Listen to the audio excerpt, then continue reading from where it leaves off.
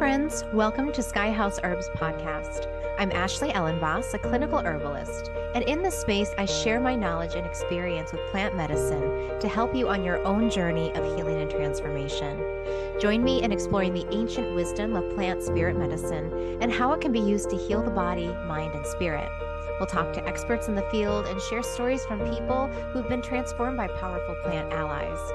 New episodes are released each Monday, so please subscribe. And now, let's explore this mystical world of plant medicine together. Hey, Herbies, welcome in and welcome back. I'm so glad you're here.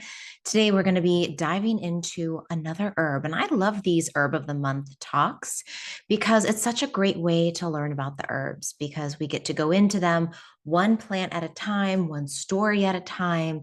And I feel like this is such a great way to build your relationship with the plants.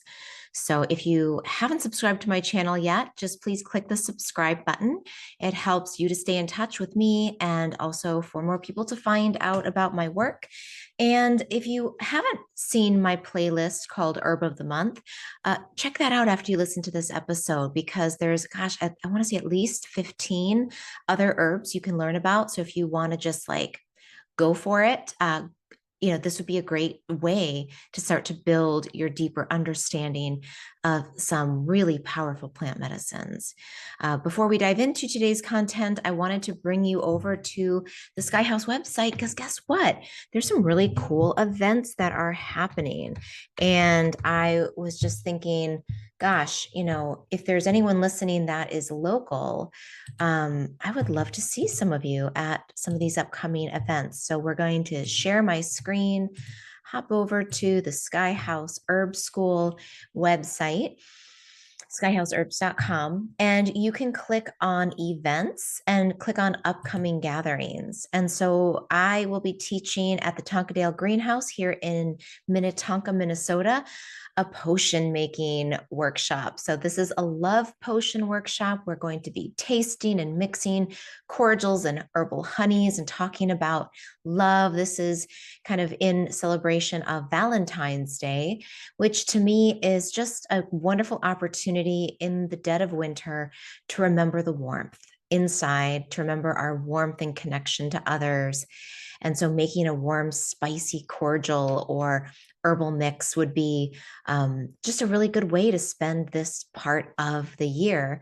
And I would love to hear if you're interested. Maybe I'll do a potion making video for you. So let me know if that's something that you're interested in, and I can add that to my roster for the month. I also will be teaching, I didn't tell you when, February 15th. And you can click on this link here. Registration will open on January 22nd. I'll also be teaching at the Midwest Women's Herb Conference, which is in May. It's in Almond, Wisconsin, at this beautiful park where there's like tents and yurts and cabins and a lot of beautiful outdoor space. If you want to hang out with a bunch of Midwest women and study herbs, I'll be there. And I'll be teaching a class on the Simpler's Joy, the medicine of blue vervain, and then the spirit of 3 herbs that are some of my personal favorites, rue, monarda, and yarrow. So you can click here and use my discount code herbal10 to save 10% on your registration. And then my husband and I will also be offering another solstice and equinox gathering, the next one coming up on the spring equinox or spring solstice. No, spring equinox. My brain was like, wait a minute. No. So it is the spring equinox in March. So stay tuned. We'll be posting a link to that upcoming event, and you can come join us in the Minneapolis area. All of these are in person. None of these are online. I know I probably should teach an online workshop that we can all do together, but I haven't gotten there yet. So stay tuned. All right. I want to talk about our herb of the month, which is Astragalus. And there's a few reasons why I think this herb is a really good one to talk about. One reason is because we are here in Minnesota in the dead of winter, and this is such a great immune tonic herb, and it hails from China. It's an ancient Chinese herb. It has over 2,000 years of use. And when I say over 2,000, I mean that 2,000 is what we know, but likely it's been used much, much longer. And it's the root that is the medicinal part. So Astragalus root. And it's probably, it's considered in Chinese medicine to be one of the quote upper herbs. And by upper, it just means a class of herbs that are considered to be very important and very effective. There's subtle herbs and there's herbs that are like, kind of one offs that don't really get used a lot in blends, but astragalus gets used a lot in TCM or traditional Chinese medicine formulas because it's so effective and it does such great work. And you're asking, well, what kind of work does it do, Ashley?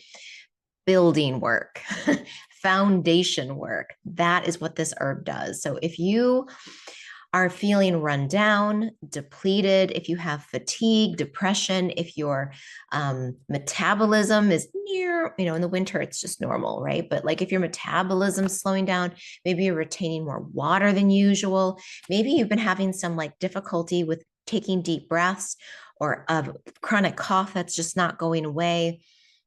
These are all great reasons to take astragalus. Now, some kind of things that are less common, which are indicated, or this plant is has a specific indication for, are symptoms like prolapsed organs. So any sort of prolapse usually is because of a deep deficiency. So if you have a prolapsed organ, if you think about the energy and vitality being low, that's really when this herb shines. And in Chinese medicine, particularly, it's really good for the Wei Qi. So the Wei Qi is the energy of the lungs.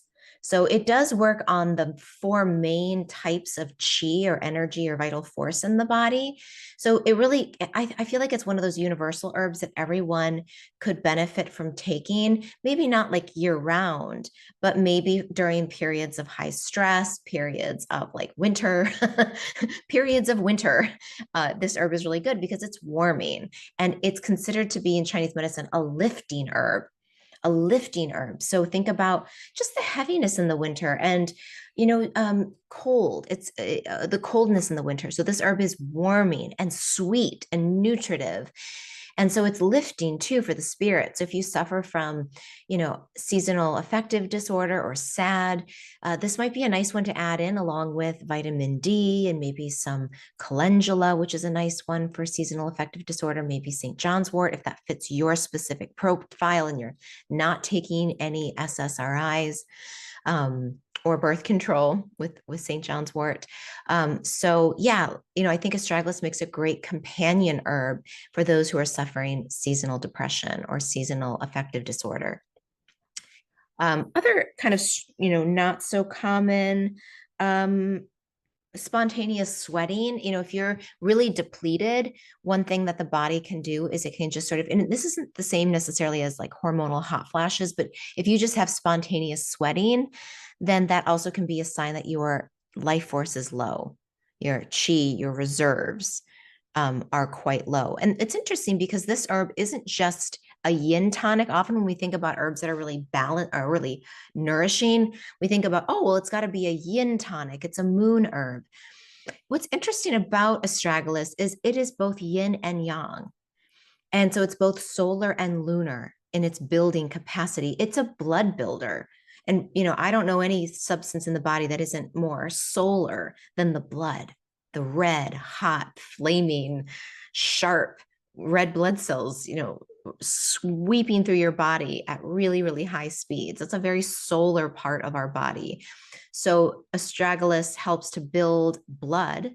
So it's really good for blood deficiency, which is yang, but then at the same time, it's also very sweet and nutritive and building on the immune level in the bones, in our B cells, and our B lymphocytes, and our macrophages. It builds all of the different characters in our immune system, which is a very kind of yin to yang transgression, building the, it's like you got to build up the warrior, but then the warrior's got to fight. So we have the building of the warrior, which is a yin action, and then the sending the warrior to battle, which is the yang. So this herb really does both. And I think that's why it's kind of a universal herb for building when there's been depletion. So yeah, if you're just feeling really run down this winter, put astragalus into your daily routine. And I would say, take it for 3 months, like make it a part of your daily routine for 3 months and see how you feel. And, the other thing that's so nice about this plant is that it builds immunity so that you are less resistant to getting sick, which is so nice because nobody wants to be sick. I don't want to be sick. You don't want to be sick. I don't want my kids sick.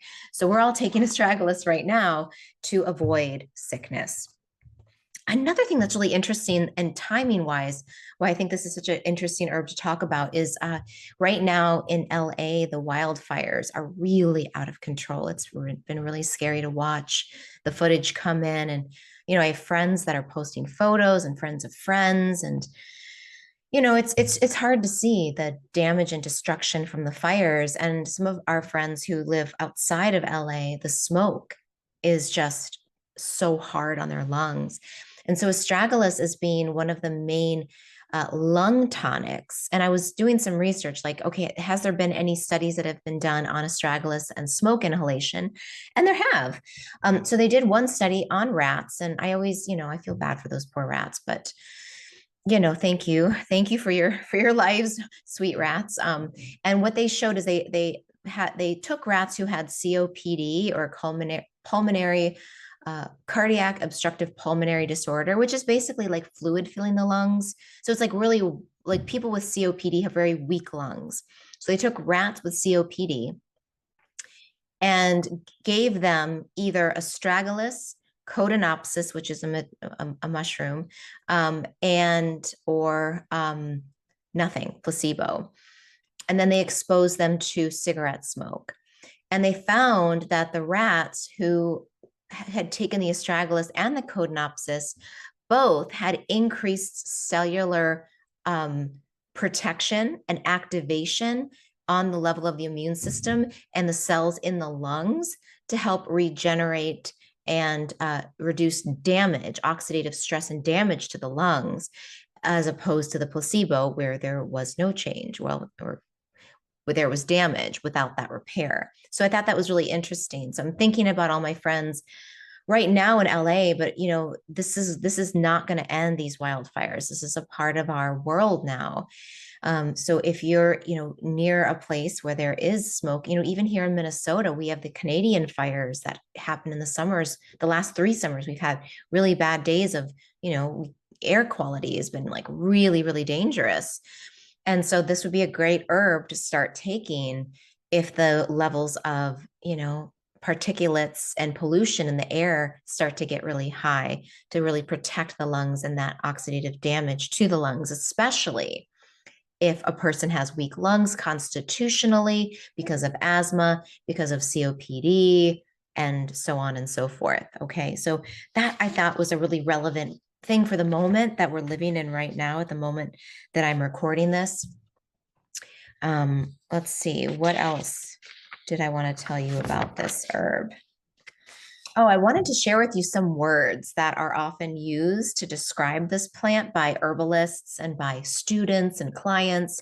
So some of the words that you often hear people use when they talk about astragalus is warming, nourishing, nurturing, strengthening, smile making. I love that one. Lifting, makes you feel good deep down within, right? I mean, yes, please. So it's like deep down, build, nurture, strengthen. Those are the words you can think of when you think of this plant. And yeah, another thing, I know I mentioned this, but I just want to reiterate that it's really good for building metabolism. So in the wintertime, when digestion gets sluggish and metabolism drops down and energy drops down, think about this just again, lifting. The taste is slightly sweet, warm, mildly bitter. And one thing that I thought was really neat, and I don't have the deck with me right now, but Michael Tierra, who created this beautiful tarot deck called the Herbal Tarot, he lists astragalus as the plant for the magician card. I thought that was really neat. So the magician in his deck, and in the Rider Waite deck, is about potential. It's It's all about potential. So I think one of the reasons he matched Astragalus and the magician is that what Astragalus does is it gives you the deep reserve, that milky white root is like the most nourishing of both physical and spiritual foods because it's so antidepressive. It's a spirit lifting plant and chi building plant, that this gives you the potential to do whatever it is you want to do. And they talk about, or Michael talks about in this deck. So the magician is holding a crystal ball in one hand and then is pointing down to the ground, to the earth, in the other hand. So this idea of like, what is beneath you, what is nourishing you, what is building you, allows you to see into the future. It allows you to look into that looking glass and see what actions need to happen. But if we're not grounded and nourished on a very basic level, then it's almost impossible to make moves into the future. So what better time to build those foundations than through the winter time before we leap into spring and leap into action? So this is a time of the magic, of the dreaming, of pulling the cloak around you, taking your rest, and building up your reserve. I wanted to also share some studies with you that I just love seeing kind of what people are doing out there with these herbs in research, clinical trials, and in labs. So in a double-blind, placebo-controlled clinical trial of 507 elderly people, oral administration of Astragalus demonstrated significant anti-aging effects. Improvements were noted in vigor, strength, in their vision, cellular immunity, and serum lipofuscin levels. The total effective rate was 76.6 compared to 34.5% for placebo. So, you know, a lot of herbs in Chinese medicine, these sort of very classic herbs are tonifying and are like, you know, like when we think about our ginsengs as like the herbs of vitality, the herbs of life, these wonderful adaptogens that give us stamina, that help us live long, full lives. I think astragalus could be added into that. It is an adaptogen, not in the classic sense of modulating the hypothalamic adrenal pituitary axis, but more on the immune modulating side of what a lot of adaptogens do. But I think in terms of like thinking about long-term strategies for maintaining optimal health, I think we can include astragalus into the rotation of herbs that we're taking every year. So, you know, why not let it be something that you take for 3 months every winter, and then maybe you take a break for a few months, and then you take it maybe in late spring, take a break, right? Like, I think this is a nice one to think about cycling through. Astragalus and its saponins, polysaccharides, and flavonoids have immune modulating activity by stimulating macrophage activity and enhancing B and T cell activity. So they did studies on that, showing that that is true. Astragalus polysaccharides increase beneficial gut flora. Ding, ding, ding. In my last video, when I talked about 3 herbs that everyone should take in 2025, if you haven't listened to that episode, listen to that after this. But I talk about the importance of the gut microbiome, not only just for digestive health, but for mood regulation, also for immune modification and immune health. So listen to my last episode, the 3 herbs that everyone needs to take in 2025, because I think you'll really enjoy listening to how important gut bacteria and our gut microbiome is for the health of our planet. I'm going to just say that because it's true. Okay. So we know that the polysaccharides feed the beneficial bacteria in our gut, which is most excellent. And we also know that both in vitro and animal studies indicate that astragalus may have a role as adjunctive therapy in the treatment of some cancers. And I know that herbalist Chanchal Cabrera, who recently published a book, I think it's called like Herbs and Cancer or Herbal Treatments for Cancer, things like that, or the title is something like that. I have it over there on my bookshelf. But anyway, if you're interested in learning more about how herbs can be used in conjunction with chemotherapy, radiation, and other more targeted immune therapies, read that book. Chanchal is amazing. She's gathered such great data and research. And astragalus is among the herbs she talks about that can be used for its many protective qualities when people are going through cancer treatments, and because they can be really damaging on the system. And we know that astragalus can be used safely alongside them to help even improve outcomes in cancer remission. So that's pretty amazing. And I do want to say this, like imagery wise, when it comes to astragalus, is like, think about our immune system as, it's like it's our line of defense. And so when we think about the immune system and we think about like, oh yeah, I'm fighting off a virus, or I'm going to fight off this pathogen or whatever it is, our immune system, that's only one side of it. But I think we also have what we call defensive Wei Qi, or our defensive energy body, or like our defensive force field. If you watch Star Wars, like use the force, Luke, like we have a force field around us that is generated by the Wei Qi, or by our lung strength. And so when we are really strong within, we become defensive not just against pathogens and disease, but against bad energy, and however you want to see that. Like in ancient traditions, they saw that as like curses, or people giving you, in my culture in Sicily, the evil eye was like, people really took it seriously. Like they really protected themselves and their homes from the evil eye. It was no joke that the way someone looked at you with scorn, with envy, with jealousy could damage you and create sickness in your body. And so when we think about, even if we just think about it in terms of like this, have you ever gotten a subtle look from someone and it hurts? It like shocks you. You're like, ouch. And then it weakens you in some way. So I think taking in like astragalus and protecting and building up our life force, our protective barrier around us, is good, not just for immunity, but also just for vitality. So side note there.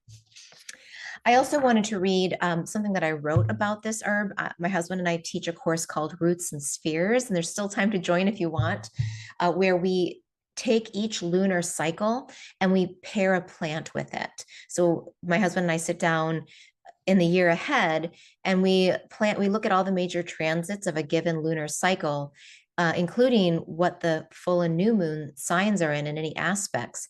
And then we choose a plant that we think will be beneficial for that particular lunar cycle. So we just did a class on this upcoming lunar cycle. Well, it's actually underway right now. And the herb that we patched was astragalus. And so I want to read to you what I wrote for that particular class. And it's called Astragalus as an Ally. Imagine the medicine of astragalus as a hardy, well-developed team of tall and agile helpers, perhaps of different species. This team bolsters your confidence, lifts you up, and gently jostles you into action. Astragalus is a herd of healthy backers and supporters. You are protected when you cooperate and read the energy of the group and act in the best interest of yourself and for your peers. Let astragalus carry you into the fray with a quiver full of arrows and a discerning eye. Take deep breaths, filling your lungs with vitality as you peer into the crystal ball of the future with solid footing and the collaborative protective energies surrounding you. So just some imagery to think about, like the gut team of beneficial gut microbiota in your stomach, like that's a protective team. Your immune system is a protective team. And then who you surround yourself with, your allies, are your protective team. And so astragalus can feed all of those. It can feed all of those. So when it's time to act, you can act with integrity and solid footing and have the tools and resources, those inner resources you need to follow through with that full action. So yeah, you can put that in your pocket if you'd like and keep that with you in the month ahead as you maybe work and choose to work with this plant. I also want to talk a little bit about the dosing and how to take astragalus. There's a few different ways. Personally, I like it as a tincture. It's just easy, and it has, it extracts well in alcohol. You can also take it as a glycerate, which isn't quite as strong. So I would say, like, my first choice would be take it as a tincture. My second choice would be is decoct it or cook it as a tea, and I'll tell you how to do that. So as a tincture or as a glycerate, take 2 droppers full. And when I say droppers full, I mean, like, here's a small bottle. This is my milky oats, but this would be a dropper full. It's only going to pull about halfway or maybe 3/4 of the way. So try to, fill it up as high as it will go, and then take that directly in your mouth. I take 3 droppers full 3 times a day. If you're just getting started with this herb, I'd recommend taking 2 droppers full twice a day, and then build your way up. Because if you tend to run kind of warm, you might find it to be, might find 3 droppers full a little bit too warming. But that's what the dosing I recommend for tinctures and glycerates. And then you can even build up to 4 droppers full twice a day.